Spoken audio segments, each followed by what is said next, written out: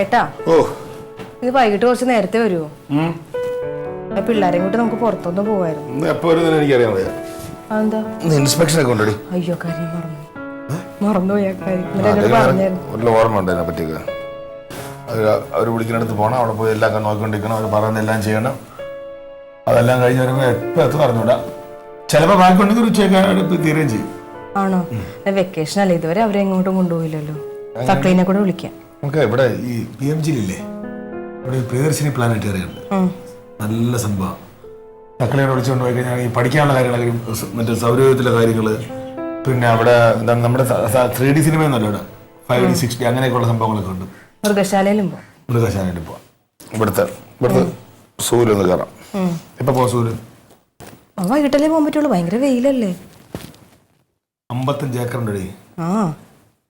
രാവിലെ പോയാൽ വൈകുന്നേരം വല്ല തീരുല്ലോ.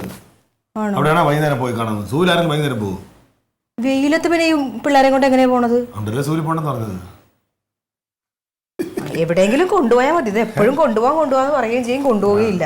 കൊണ്ടുപോകാൻ പറ്റുന്ന സമയത്ത് കൊണ്ട് ഇതെന്തായാലും പ്ലാനറ്ററിയത്ത് എന്തായാലും അവിടെ കുറച്ച് സ്ഥലത്തൊക്കെ ഈ ചൂട് തകർത്തി ഇരിക്കാനും പറ്റും. ഈ ഹാളിനകത്തൊക്കെ ഇരുന്നല്ലേ, അവിടെ AC ഉണ്ട്. പിന്നെ ഈ പറഞ്ഞ കണക്ക് കുറച്ചു നേരം ചൂട് മാറിയിരിക്കാൻ പറ്റും. പിന്നെ ഒരു കുറച്ച് നേരം പൈസ എടുക്കാൻ വേണ്ടി ATM-നകത്ത് കയറിയിരിക്കാം. അങ്ങനെയൊക്കെയാണ് നമ്മൾ ഈ ലൈനിന്റെ മേളിൽ നിന്ന് ഇറങ്ങിട്ടെ വൈകിട്ട് ഫുഡും കഴിക്കാം. ഞാനതല്ല പറഞ്ഞ, എന്തല്ല അസീസ് ചെയ്ത പണിയാണ്. ഞാനൊക്കെ ഏണി പിടിച്ചിട്ട് അസീസിനെ കാണാനില്ല. കുറച്ചേരം നിൽക്കണം. എവിടെ പോയത്?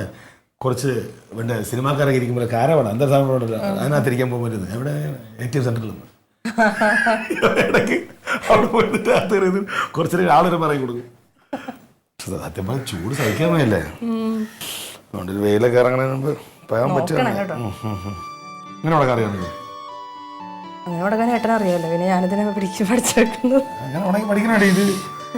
ഇതൊന്നും പഠിപ്പിച്ചു തന്നില്ലല്ലേ അമ്മാവൻ? അമ്മാവനല്ലല്ലോ പഠിപ്പിക്കണത്, അമ്മയല്ലേ. അമ്മ പഠിപ്പിച്ചതില്ല. സിമ്പിളായിട്ട് ഞാൻ പഠിച്ചത്.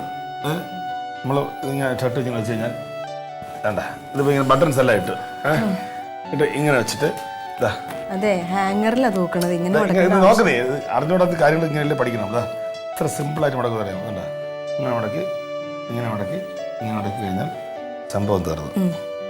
ഇപ്പം അങ്ങനെ തുണിക്കടമെല്ലാം തുടങ്ങി നടക്കാൻ ആളായി.